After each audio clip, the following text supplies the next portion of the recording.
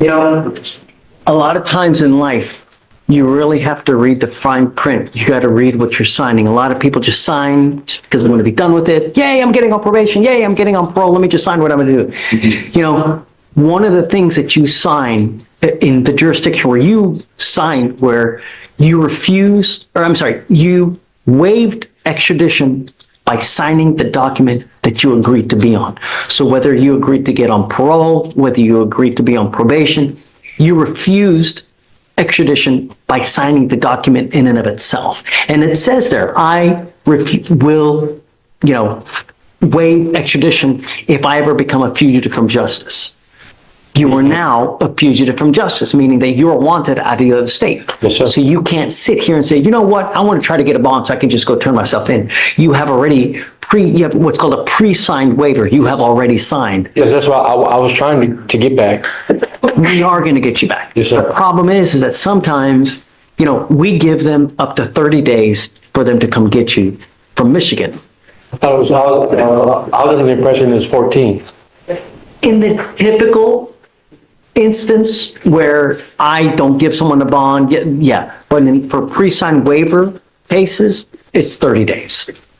Judge, and if I may, that's my argument. When we did all this, we always talk about the practice of 14 days. And so when we originally talked, we reset it out 14 days, and we were all basing it on the 14 days.